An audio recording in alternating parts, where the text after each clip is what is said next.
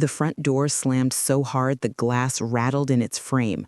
I was in the kitchen, hands still damp from washing the lunch dishes, when Grace barreled in, breathless and shaking. She clutched something tight against her chest, her knuckles white, her eyes wild. I barely had time to ask what happened before she thrust the photograph at me, her voice cracking. "She stopped me outside the clinic," Grace said, and I saw the tremor in her jaw. "An old woman. She said she was my grandmother." I took the photograph with numb fingers. The image was faded at the edges, but there was no mistaking the face. Margaret Thompson in her youth, her hair swept back, her eyes sharp and cold. I saw Grace's cheekbones reflected there, the same slant to the eyes, the same stubborn chin. I couldn't breathe. The room felt suddenly smaller. Grace's voice pressed on. "She knew my name, Mom. She said she's family." For a moment, I couldn't move, couldn't speak. My silence, so carefully kept for decades, cracked wide open. I stared at that photograph and understood. Margaret had found us. She had come close enough to touch Grace, to speak to her, to plant questions I had tried all my life to bury. Margaret, who was forbidden by law from coming near us, had ignored the restraining order as if it were nothing at all. Grace waited, searching my face for answers I wasn't ready to give. The air was thick, every sound in the house too loud, too sharp.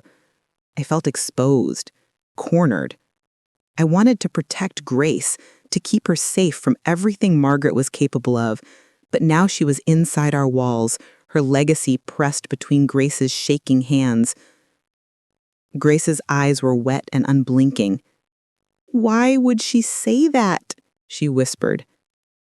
I couldn't answer. Not yet. The truth pressed against my teeth, heavy and dangerous. The old silence was gone, and what would come next I could not control. Grace hovered in the doorway, knuckles white around the photograph. Her chest heaved, breath snagging on panic.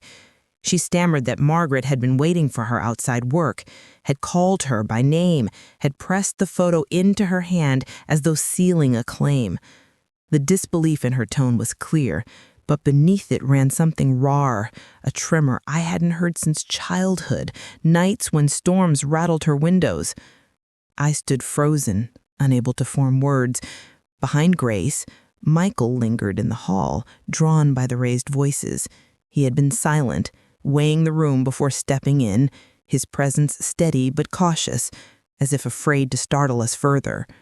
Finally, he moved closer, voice even, palms listed in a gesture of peace. "Let's take a breath," he said gently, as though quiet could mend what had been torn open. Grace shook her head, eyes fixed on me. "No, I need to know. Why does she look like me?" She thrust the photograph forward. Margaret, younger but unmistakable. My throat tightened. Michael tried again, softer, almost pleading. "Grace, whatever happened, we'll work it out. Don't leap to conclusions." His calm only made the air sharper. Grace turned to him, exasperated. "You don't understand. She waited for me. She knew things. She said she was my grandmother." The photograph lay between us like a verdict. My heart pounded. Silence closing in. I realized the past had already broken through, and nothing could force it back. The photograph trembles in my hand, slick beneath my thumb. Grace's eyes, so much like her father's, stare back from that faded image. My chest tightens, and for a moment I hear it. The shriek of tires on wet asphalt echoing against hospital walls. Rain lashed the windshield that night. I pressed my face to the waiting room glass, watching red and blue lights flicker in the street. A nurse guided me to a hard chair, her hand steady on my elbow. My dress clung to my skin, soaked through, but I barely felt it. When the doctor appeared, his lips moved, but sound refused to reach me. Richard was gone. The word hollowed me, left me clinging to my knees as though bracing against the floor might keep me upright. A blanket settled around my shoulders, scratchy and thin. Then the sharp click of heels struck the corridor tile. Margaret swept toward me, her face wet, but her gaze cutting. My husband's mother did not weep. She accused. "How convenient for you, Evelyn. Pregnant, alone, and now a widow with everything to gain. Did you touch his car? Sabotage the brakes? You think the inheritance will fall to you? Think again." The nurse flinched, but Margaret pressed on, relentless. Rain, tile, her voice, all fuse into one memory. Me, one hand over my belly, swearing I would keep my child safe. A door slams in the present, and the vision shatters. Grace waits across the room, silent, searching. The photograph still trembles. The past isn't buried. It beats in my blood, demanding to be spoken. I remember the sound first. Shutters snapping, voices echoing off marble walls. The courthouse doors yawned open, and all I wanted was to disappear, but there was nowhere to hide. My hands trembled over the swell of my belly. Grace, kicking, reminding me with every jolt what was at stake. Spectators craned their necks as I walked past, some whispering, others just staring. Every seat was filled with strangers waiting for a show. Margaret stood already at the front, posture so regal she seemed carved from stone. "Murderer," she hissed under her breath, just loud enough for me to hear. She didn't even look at my face, only my stomach, as if the child inside me was proof of some crime. Her lawyer shuffled papers beside her, but it was Margaret's gaze that made my hair on the neck stand up. She wore grief like a mask. Underneath, I saw only contempt, old and cold and practiced.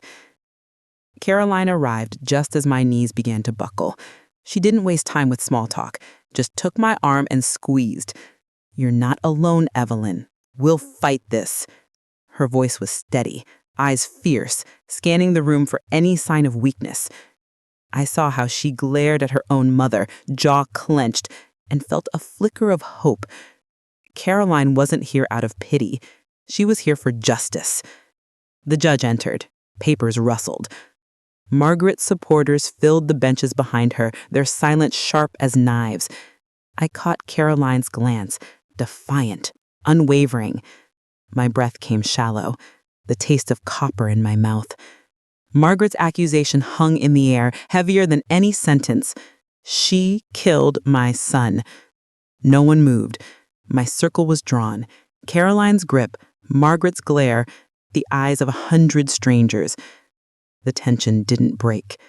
It only tightened, pulling us all in. Margaret's grief was never silent. She twisted it into something sharp and poisonous, and it always seemed to find me. I remember sitting at the kitchen table, my hands shaking as I sorted through another envelope stamped with her lawyer's name.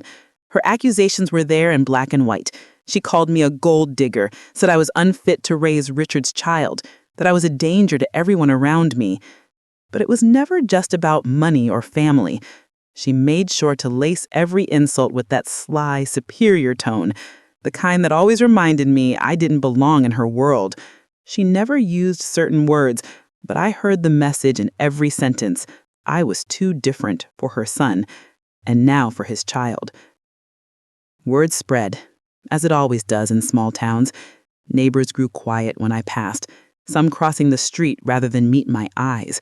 I started getting calls from numbers I didn't recognize, sometimes just silence on the line, other times a voice muttering, "You should be ashamed." I kept every curtain drawn. The doctor's office called, their tone cautious, urging me to come in because my blood pressure was too high. "Stress like this isn't good for the baby," he said, eyes gentle but worried. I tried to rest, but sleep wouldn't come. My body ached, my stomach twisted with every headline, every whispered rumor. Margaret, of course, wasn't finished. She leaned over in the courtroom, voice soft enough for only me to hear. A child born of disgrace shouldn't survive, she hissed, her lips barely moving. The words landed like a slap, cold and hard. I fought the urge to cry. All I could do was hold my belly and breathe, willing myself not to break, not to let her win. But every day, it felt as though the walls were inching closer, the air itself tightening around me. I knew worse was coming. I can still see the folder in Margaret's hand, thick, official, the edges perfectly squared, as if she'd pressed it under books all night. She stood beside her lawyer, but her eyes were fixed on me. I tried to hold her gaze, but my breath caught. I could feel Grace's hand trembling in my lap. Margaret spoke with the same cold clarity I remembered from years before. Your Honor, I submit these mechanics reports as evidence. They show Richard's brakes were tampered with days before his accident. She slid the folder across the polished table. The papers whispered against the wood, a sound sharp as a slap. There was a moment of silence, then a low ripple, gasps. Someone's whispered, God. I felt the room tilt.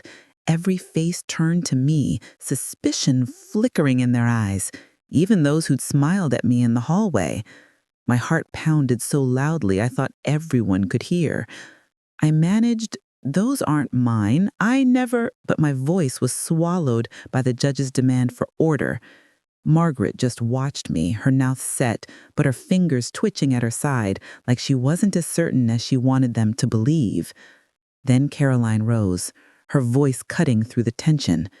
Your Honor, I request immediate inspection of these documents. The ink isn't even dry. The garage listed doesn't exist. The signatures don't match any employee records. She slid forward, eyes locked on the judge, but her hand brushed my shoulder for one brief second, steadying me, telling me not to fall.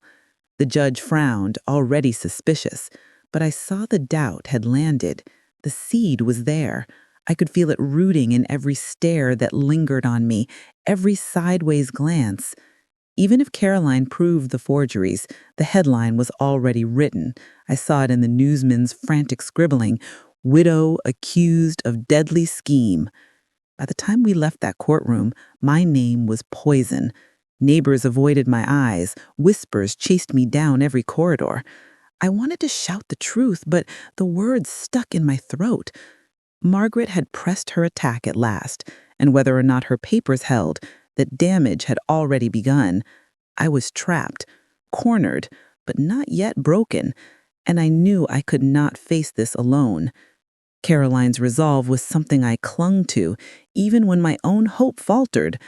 I remember the day she sat across from me in that cramped kitchen, her face drawn, but determined. She didn't mince words. She said, I need you to know why I'm standing with you. It isn't just because you're innocent. I heard Mother. She stopped, pressing her lips together as if weighing whether to go on. Finally, she looked me in the eye. During Richard's funeral, I caught her on the phone with that man, her lover. I heard her say you were too dark, never good enough for Richard. She said it like it was fact, like you were the reason she suffered. Caroline's hand hovered on the table, unsure if she should reach for mine. That's not grief, Evelyn.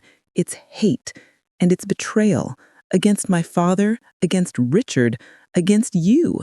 The room seemed to shrink around us. For a moment, I could hear the tick of the old clock, loud as a gavel.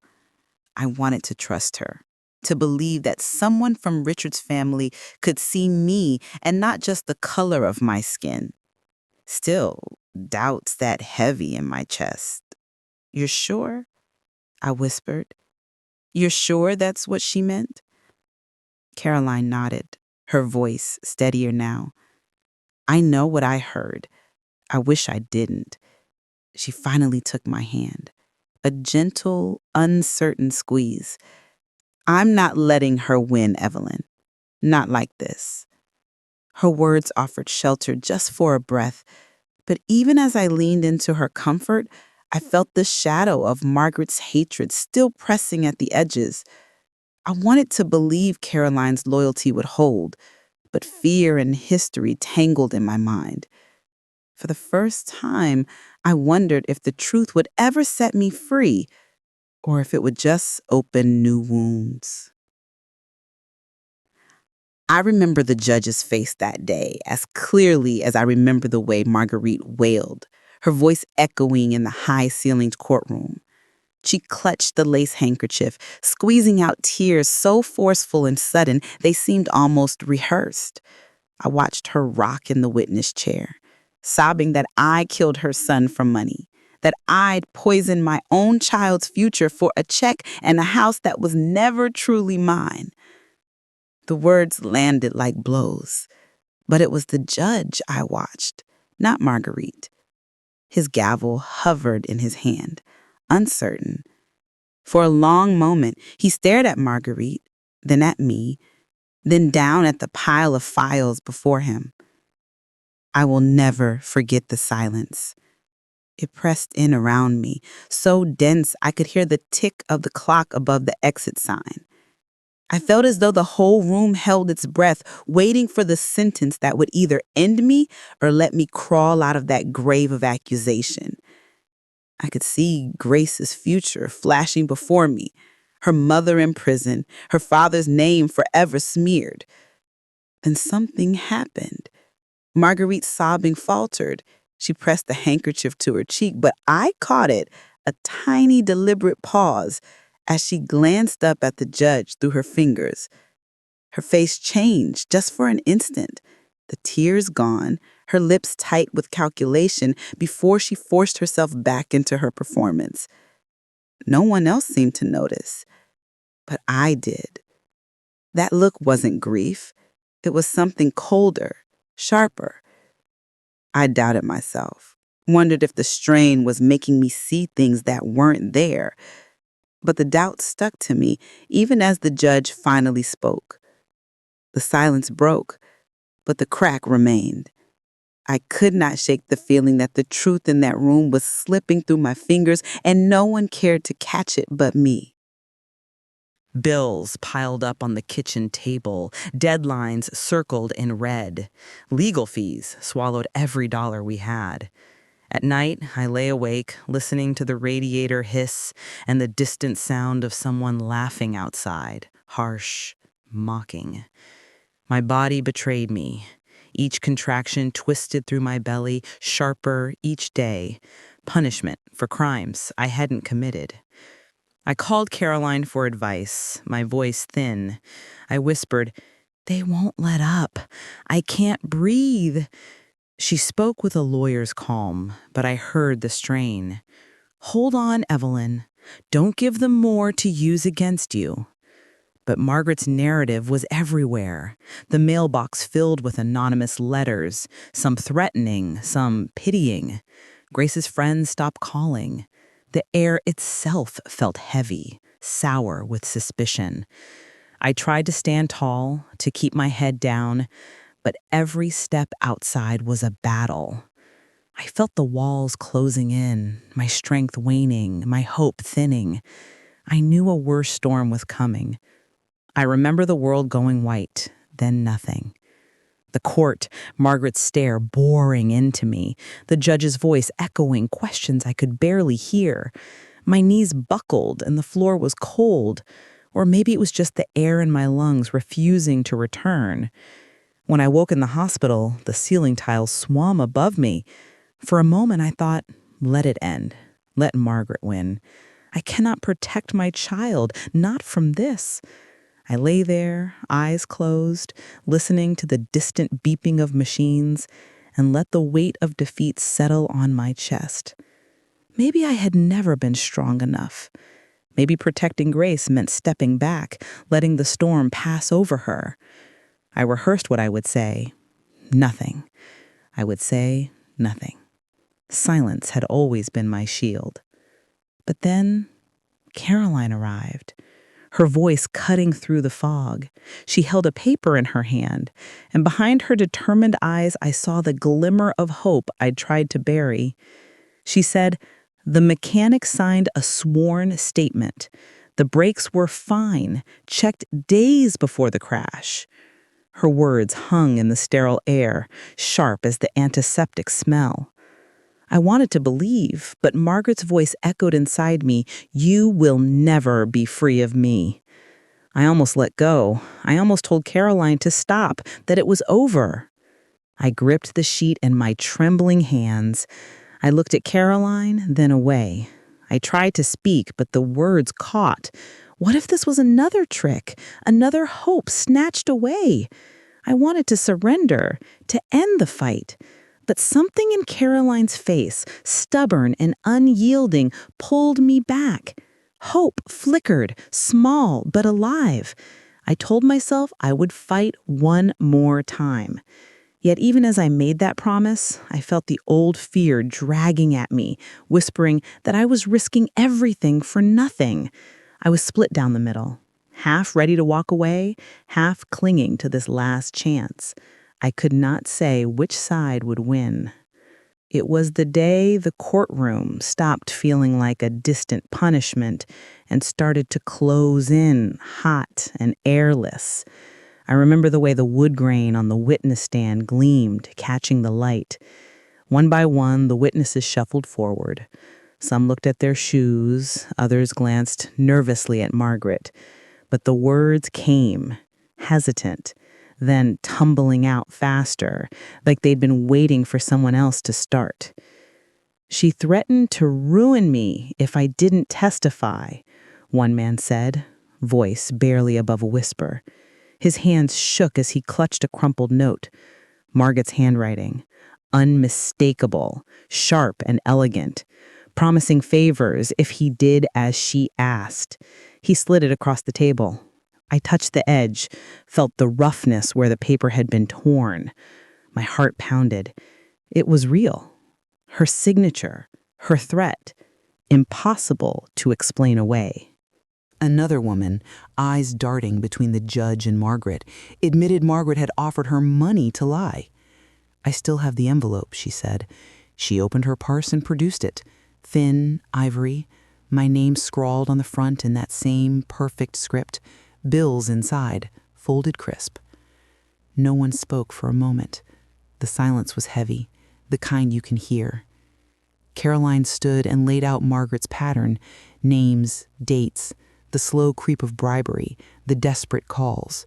She spoke quietly, but her words left no room for misunderstanding.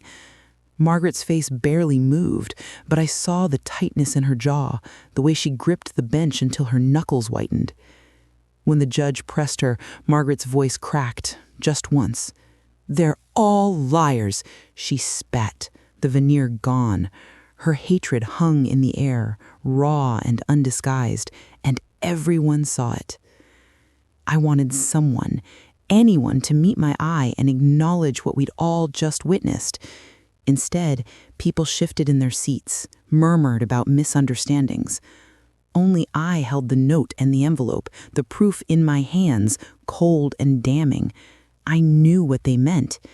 No one else wanted to. The judge's voice was steady, almost bored, as he read the verdict. Evelyn Johnson, acquitted of all charges. Margaret Whitmore, guilty of perjury and defamation. The words landed like stones. Margaret didn't flinch, but the room seemed to lean away from her. I remember gripping the polished armrest, my knuckles white. Caroline squeezed my shoulder, not for comfort, but as if to anchor me to the moment. 30 years imprisonment, the judge went on, damages to be paid, and a permanent restraining order. Mrs. Whitmore is never to approach Mrs. Johnson or her family again. The bailiff took Margaret's elbow, but she pulled free, still regal in her defeat. She didn't look at me. Her eyes searched for Caroline instead. As Margaret was led away, Caroline's hand lingered on my arm. "She won't come near you again," she said low. Then, almost absently, she added, "She always thought she was untouchable, Even this morning, she asked me if the judge could really do anything to a Whitmore. She shook her head, a faint, almost pitying smile on her lips. I should have let it pass, but that slip, so casual, so revealing, caught in my mind. Even now, with her lies exposed and her sentence given, Margaret still believed she was above consequence. The Whitmore name, the old money, the certainty of her own importance, none of it could save her. Yet she clung to the illusion. Caroline didn't notice my reaction. She moved on, gathering papers, speaking briskly to the court clerk. But I couldn't shake the feeling that Margaret's arrogance wasn't just stubbornness. It was rooted in something deeper, something she believed was unbreakable. I left the courtroom that day, cleared of guilt, but far from free. There was something Margaret still hid, a secret curled inside her defeat. I felt the chill of it follow me as I staggered into the sunlight, silence hardening around me once more. I sat across from Grace at the kitchen table, the court papers spread between us like a final barrier I could no longer uphold. My hands shook as I pushed them toward her, the pages thin but heavy with the years I tried to forget. I watched her pick them up, her fingers tracing the judge's signature, the official seal pressed deep into the paper. I could see the disbelief in her eyes warring with the undeniable truth. There, in black ink, was Margaret's name, the charges, the restraining order. Every lie she'd spun, every accusation, was laid out in legal language that left no room for fantasy. Grace's breath caught when I told her the rest. The night Richard died, the way Margaret had stormed the hospital, already convinced I was to blame.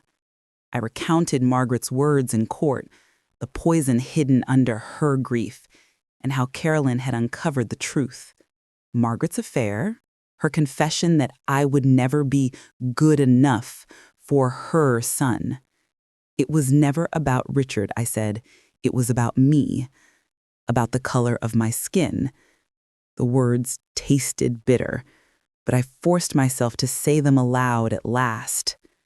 She held the photograph then, her hand trembling, eyes flicking between the image and my face. The resemblance was there, Margaret's sharp jaw, Grace's eyes, but it was no longer enough to sustain the old stories. The proof was here, pressed between us, not just the photo, but the whole story finally spoken and written. I watched Grace's shoulders sag under the weight of it. My heart pounded, fear and relief colliding. There was no way back to silence now. The truth was in her hands, as real and cold as the court seal catching the kitchen light. I can still hear the echo of Grace's voice, raw, furious, shattering every quiet I ever built around us.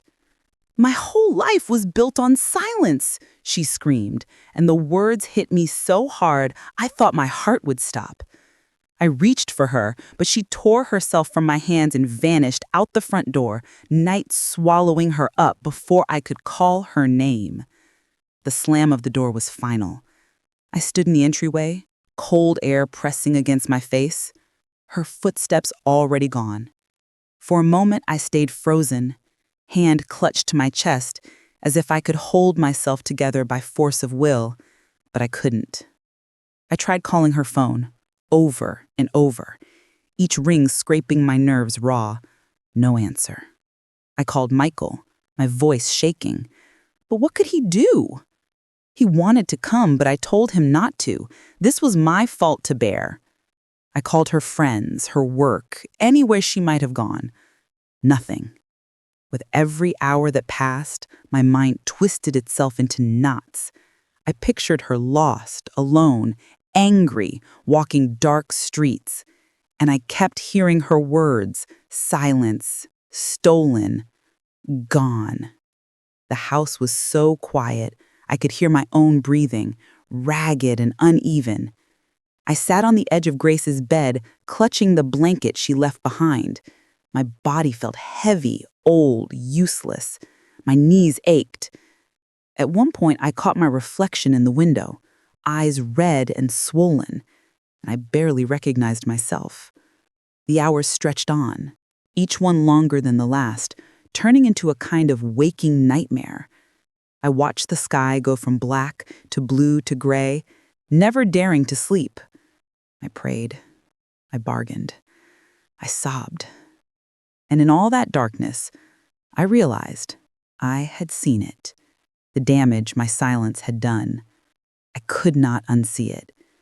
Grace's anger, her pain, the way she looked at me before she left, these were wounds I gave her, thinking I was protecting her. There was no going back. The certainty of it settled in my bones. I sat alone in that room with nothing but the truth and the absence of my daughter.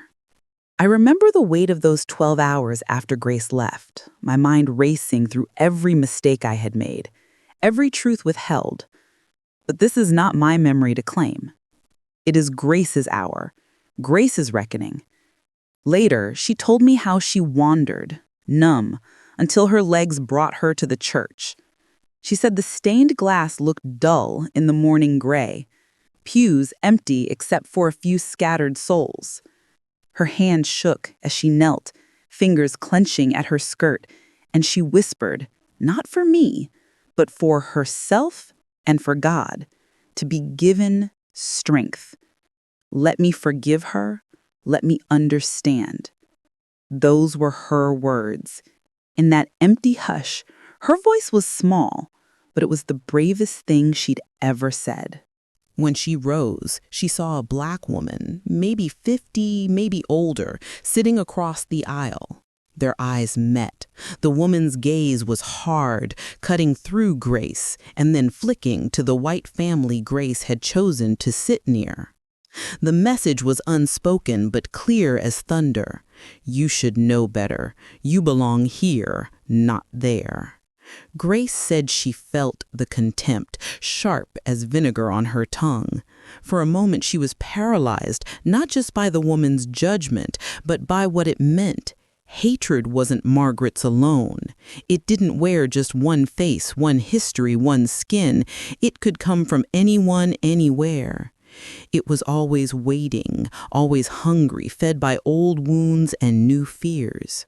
That moment, just a glare, just a second, cut through every excuse, every story we'd told ourselves.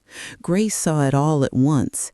Hate is everywhere, but so is choice, to feed it or to starve it, to pass it on or to let it die. She told me her chest went cold, her breath tight, but she understood. This was her signal. Forgiveness was not a gift for the deserving. It was a choice for the living, and she would choose it. I heard the door before I saw her, that small click echoing through the house like a gunshot. My body reacted first, a sharp jolt, knees threatening to give way, heart jackhammering so hard I pressed a palm to my chest, as if I could steady it. 34 hours. I counted each one, each minute, imagining every street Grace might walk, every face she might turn to instead of mine. I thought I'd known fear before. I hadn't. Not like this. And then she was there, in the entryway, her outline wavering, my eyes stung, blurring her features, but I'd have known her even in the dark. She didn't say anything at first. My mouth opened, closed. I tried to step forward, but my legs felt heavy, rooted. I wanted to reach for her, to gather her in, but my arms barely moved, trembling, useless. She closed the space herself. Suddenly, she was in my arms, her hair against my cheek, the faintest scent of rain clinging to her coat. I could feel her breath, quick and shallow against my neck. For a moment, I couldn't tell if it was her shaking or me, maybe both. She whispered, so soft I almost didn't catch it. I forgive you. 3 words. Everything in me collapsed. My body folded in on itself, breath catching in my throat, a sound rising from somewhere deep and ugly, half sob, half gasp. I clung to her, or maybe she to me, it didn't matter. My vision tunneled just her face and the dim light behind her, everything else melting to shadow.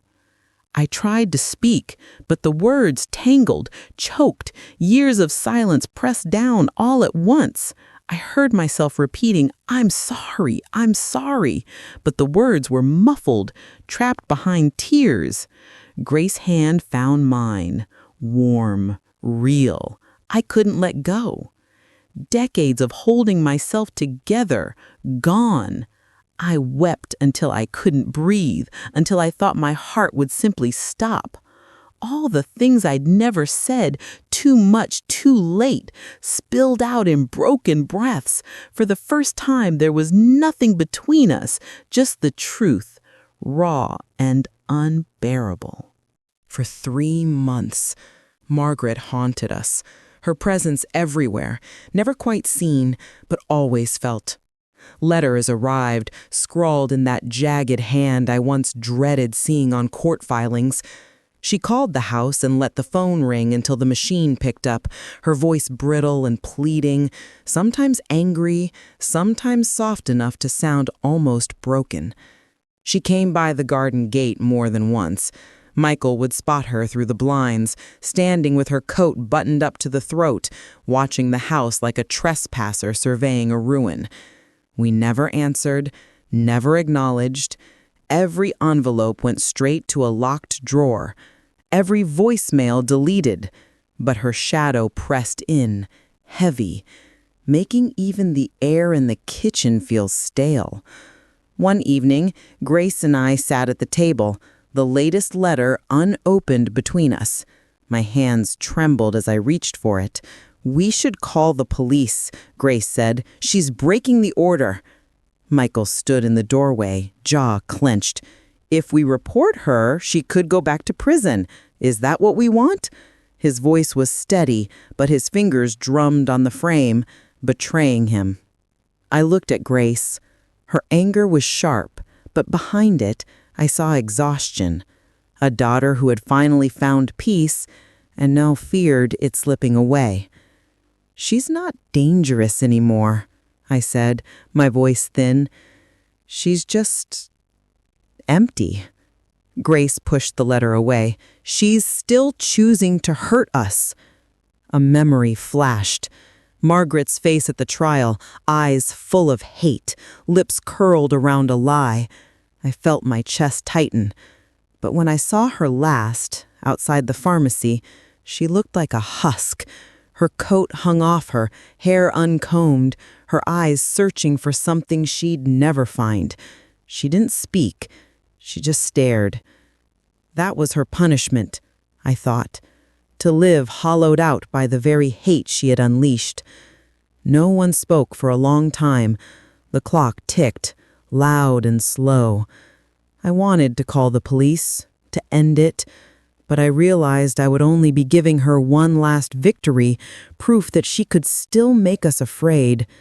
So I slid the letter into the drawer with the rest, shut it tight, and sat back down. The silence was thick, waiting for someone to break it. Margaret died yesterday, alone, in a rented room that stank of mildew and loneliness. I learned about it from a terse call from a city clerk.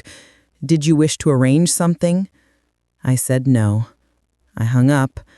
I felt no triumph, just a hollow, persistent ache. There was nothing left to fight. Margaret's absence pressed in around me. No more letters, no more poison, just the echo of her bitterness fading into silence. That evening, I sat at the foot of my bed with the cedar chest between my knees. The key felt cold in my hand, heavier than it should. For years, I told myself it was protection, keeping Richard's letters locked away, keeping Grace safe from the legacy Margaret had tried to force on us.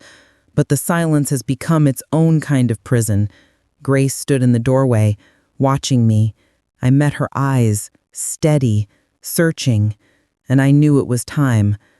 I turned the key. The lid creaked open, the smell of old paper and cedar rising up. My hands trembled as I lifted out the stack of Richard's letters, tied together with fading blue ribbon. I held them for a moment, his handwriting the only piece of him I could give our daughter. Then I stood, crossed the room, and placed them in Grace's hands. She looked at me, then at the letters, her breath catching. We sat together by the lamplight, reading his words, one by one. Grace pressed a letter to her chest, her shoulders shaking with silent tears. I watched her claim the father she never knew, watched something inside her finally settle. The silence I carried for decades broke open, not with noise, but with truth given freely. Our legacy, I realize now, is not hate, but forgiveness. And tonight, in the soft glow of the lamp, I let the past go for good.